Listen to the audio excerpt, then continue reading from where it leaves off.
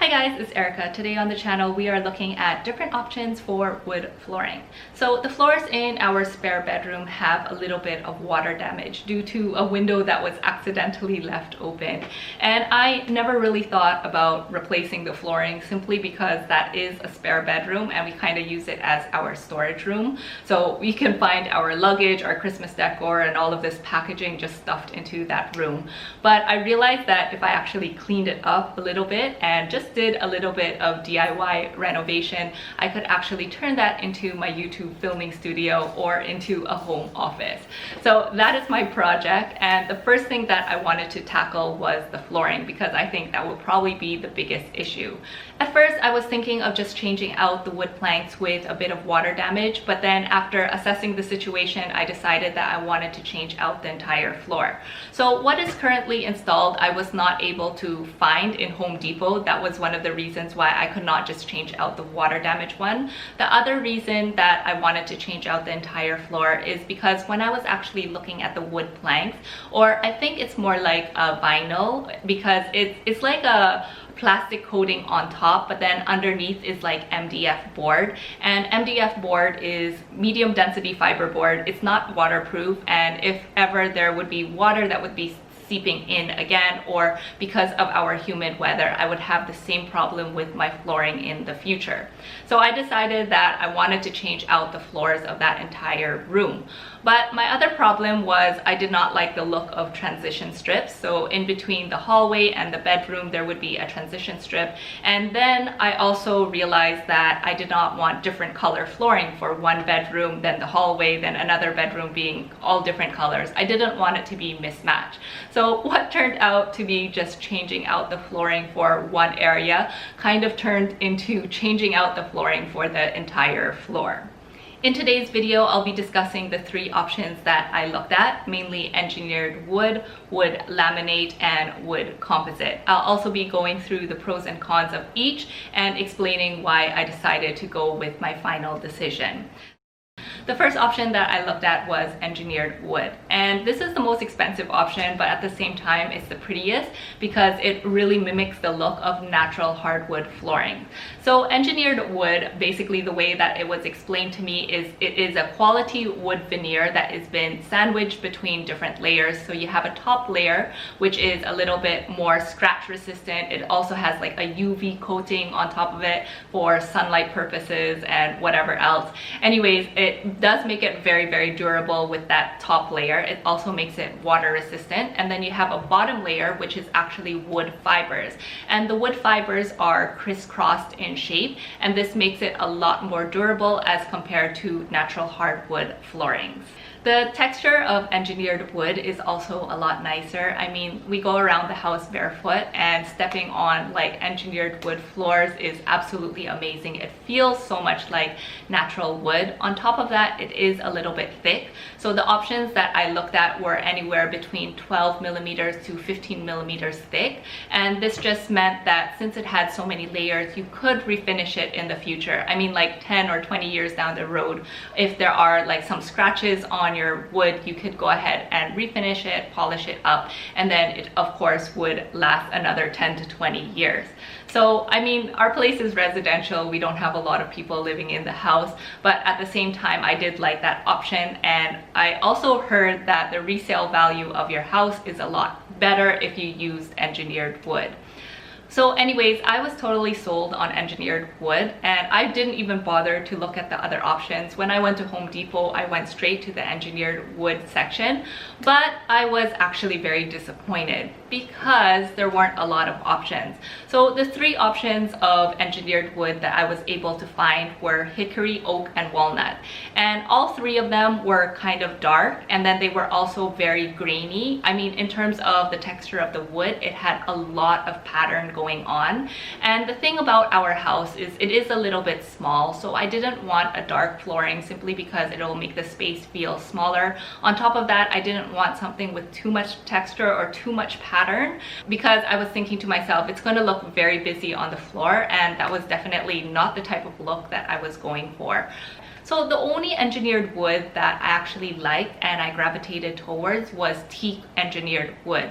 And this is really pretty because it is a little bit smooth and you can still see the grains of the wood, but because it's smooth, I knew that it would be easy to clean. So that was also one of the factors I was thinking about. I wanted something that's easy to clean. I mean, I do like textured look, but at the same time, if it's too textured, I knew that it would be very difficult to clean. And since I am the one cleaning in the household, I wanted something that is very, very easy to maintain and clean.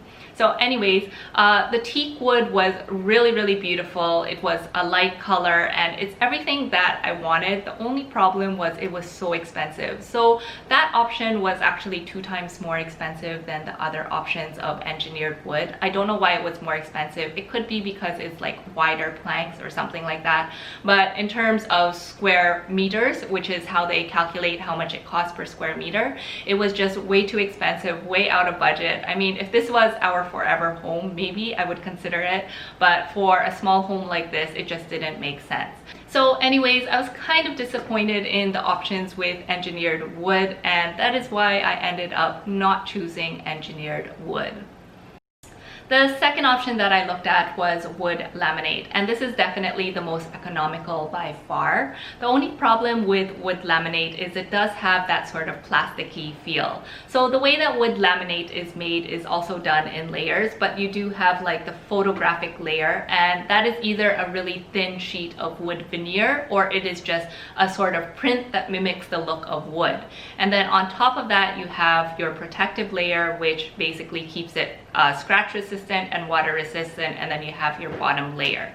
Wood laminates, the ones that I was looking at, were between 5 to 8 millimeters thick, and since they are kind of thin, the nice thing about wood laminate is you could actually just go ahead and install it on top of your current flooring. I really did not want to do that. I wanted to remove my old flooring, and I was looking at the old flooring. It's 12 millimeters, so all of the old planks were 12 millimeters thick, so I wanted something that was exactly the same, simply because I was kind of lazy and I didn't want to remove the baseboard. I was thinking if I got something that is 12 millimeters thick, I can actually just shoot the boards in without having to remove the baseboards. But I don't know, I will see once I am actually installing it whether I do have to remove the baseboards or not. But anyways, what I was going for was something that was exactly the same 12 millimeter thickness. The other thing is wood laminates are relatively thin, and if I would be moving around equipment in that room, I might accidentally chip it. And since my YouTube studio is always changing in terms of design and the background and the equipment, my lighting equipment and stuff, I realized that wood laminate would probably not be the best for a high foot traffic area. Although if you are on a tight budget and you want something that is very easy to install, I would say that wood laminate is the way to go. The great thing also about wood laminate is they do have a lot of different designs to choose from. So wood laminate, the way that you can install it is in 2 different ways. The one that I'm looking for is the tongue and groove type, where it has like a little bit of a groove and then you shoot in the next wood laminate and you lay them down on the floor. This one is a little bit more labor intensive, but they do have the type of wood laminate where you just cut and paste it all along the floor after putting an underlay, or you can buy the ones that already have the underlay as well, which makes it a very, very easy weekend project. Lastly, I looked at wood composite, and this is actually the option I decided to go with. The reason why I did not start with looking at wood composite is that before I started looking at hardwood floorings, I never even realized that wood composite existed. So wood composite is the best of both worlds in that it is a combination of wood fibers that are fused together with plastic and other binding agents. So this makes for a very thick and dense piece of wood, or piece of wood composite, or your plank, and that makes it very, very dense, so it's very strong, but at the same time, because it does have that plastic component, it makes it very flexible. Another great thing about wood composite is that it is waterproof, it's scratch resistant, and it's also termite proof. At least the ones that I was looking at was termite proof as well, so that definitely got me sold on wood composite. The difference between wood composite as compared to engineered wood is that engineered wood has has a larger component of real wood, while wood composite is more on the plastic side. But at the same time, when I was looking at the options or the design options for wood composite, I was able to find a very, very beautiful warm gray tone, which is exactly what I was looking for. It didn't have too much veining in that it would be very textured on the floor, but at the same time it does look like real hardwood. I mean, obviously if you really took a look at the floor, or if you're an expert on flooring and looked at that, you could tell that it isn't engineered wood or real hardwood. But overall, I think that it looks absolutely amazing, and I'm so happy that I decided to go with wood composite. On top of that, I was able to find it in the 12mm thickness that I was looking for. So wood composite comes between 8 and 12mm thick, but unlike engineered wood, it cannot be refinished in the future. So if you do have like a problem where you damage one of the planks, you will have to remove it and replace it. That is the only downside of wood composite, but overall I would say that wood composite would be the best option. Also, it's not too expensive as compared to engineered wood. I think I paid a little bit more than half of what I would have paid if I was going for engineered wood. To give you guys an idea of the cost, but disclaimer, of course, it's going to be different through all different parts of the world. I live in Asia, so material cost is a little bit more expensive here, but we make it up in terms of labor because labor cost is actually quite cheap. I paid a total of $2,500 US if you convert it to US dollar, and my space is around 38 square meters. So that $2,500 US includes the underlay for the entire space. It also includes a 10% allocation for like broken pieces, or for just in case you want to adjust the pattern as well. So I think I got a total of 42 square meters, and then it also includes transition pieces. So I only bought one transition piece because I wouldn't be needing more than that. And then it also includes the labor, but labor is relatively cheap. So I think it's only around $200 of the entire $2,500 that I paid.